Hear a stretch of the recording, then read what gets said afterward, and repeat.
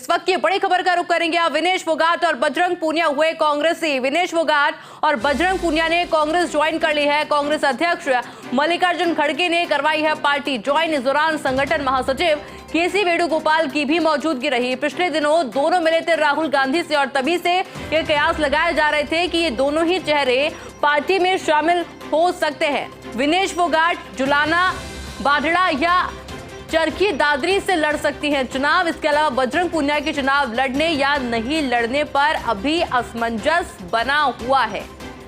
लेकिन जिस तरह से दोनों की ही राहुल गांधी से मुलाकात हुई थी, कई देर तक की मुलाकात हुई थी, कई मुद्दों को लेकर विचार विमर्श भी किया गया था और ऐसे में उस मुलाकात के बाद, उस तस्वीर के बाद में कयास लगातार लगाए जा रहे थे कि ये दोनों ही कांग्रेस ज्वाइन कर सकते हैं। और ऐसे में आपकी जो बड़ी खबर सामने आ रही है वो ये कि विनेश फोगाट और बजरंग पूनिया कांग्रेसी हो गए हैं। विनेश फोगाट और बजरंग पूनिया ने कांग्रेस ज्वाइन कर ली। कांग्रेस अध्यक्ष मल्लिकार्जुन खड़गे ने पार्टी को ज्वाइन करवाया है। इस दौरान संगठन महासचिव केसी वेणुगोपाल की मौजूदगी रही। पिछले दिनों दोनों राहुल गांधी से मिले थे। राहुल गांधी से मुलाकात दोनों की हुई थी। वो फोटो भी काफी ज्यादा वायरल हुई थी। तमाम रिएक्शंस उस फोटो पर देखने को मिले थे। और ऐसे में विनेश फोगाट जुलाना, बाढड़ा या चरखी दादरी से चुनाव लड़ सकते हैं। ये जानकारी फिलहाल सामने आ रही है। मेरे साथ मेरे सहयोगी दिनेश डांगे फोन लाइन पे जुड़ चुके हैं। दिनेश, कयास पहले से लगाए जा रहे थे उस मुलाकात के बाद में, लेकिन ये ऑफिशियल हो चुका है अब।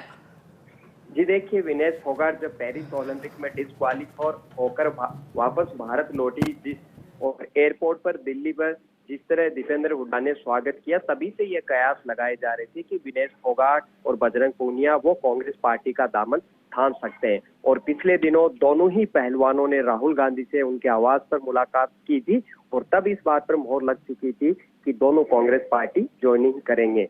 आज आधिकारिक रूप से वो कांग्रेस पार्टी में शामिल हो चुके हैं। उन्होंने 10 राजाजी मार्ग पर मल्लिकार्जुन खड़गे से मुलाकात की। इस मुलाकात के दौरान संगठन महासचिव केसी वेणुगोपाल भी मौजूद है। थोड़ी देर बाद दोनों मीडिया से मुखातिब होंगे और आगे की क्या योजना रहेगी ये वो पूरा अपनी तरफ से बात रखेंगे। लेकिन विनेश फोगाट का विधानसभा चुनाव लड़ना तय हो चुका है।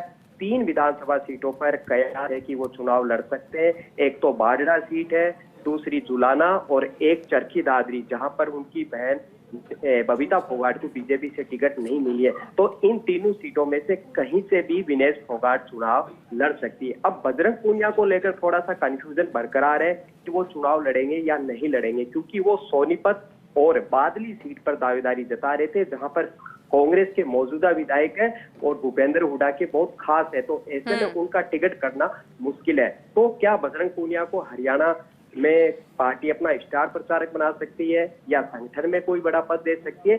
इन चीजों पर बातचीत हो चुकी है। हो सकता है वो चुनाव भी लड़ सकते हैं। थोड़ी देर बाद जब वो मीडिया से मुखातिब होंगे तो इस बात का भी खुलासा हो जाएंगे। तो दोनों पहलवान कांग्रेस में शामिल हो चुके हैं और जिस तरह खिलाड़ियों ने मूवमेंट चलाया था दिल्ली के अंदर, आपको यौन शोषण के मामलों को लेकर पता था, तो आज पूरे दिन गहमागहमी यहाँ पर रही। थोड़ी देर बाद प्रेस कॉन्फ्रेंस में दोनों बताएंगे क्यों राजनीति में आ रहे हैं, अब आगे उनका मकसद क्या होगा, क्यों उन्होंने कांग्रेस पार्टी का ही दामन यहाँ पर थामा है। तो तमाम मसलों पर जब राहुल गांधी से मिले थे तो उसके बाद पिछले 1 हफ्ते में यही बातचीत चल रही थी कि दोनों को कहां से चुनाव लड़ाया जाए, क्योंकि हरियाणा में काफी खिलाड़ी है और खेल के प्रति वहां के लोगों का काफी लगाव भी है। तो एक भावनात्मक मुद्दा है। तो कांग्रेस पार्टी इन दोनों के जरिए एक माहौल बनाने की कोशिश करेगी और जिस तरह वहां पर किसान और खिलाड़ी आंदोलन हुए, दोनों मूवमेंट काफी चले और बहुत ही अहम रोल ये दोनों मुद्दे हैं इस हरियाणा विधानसभा चुनाव में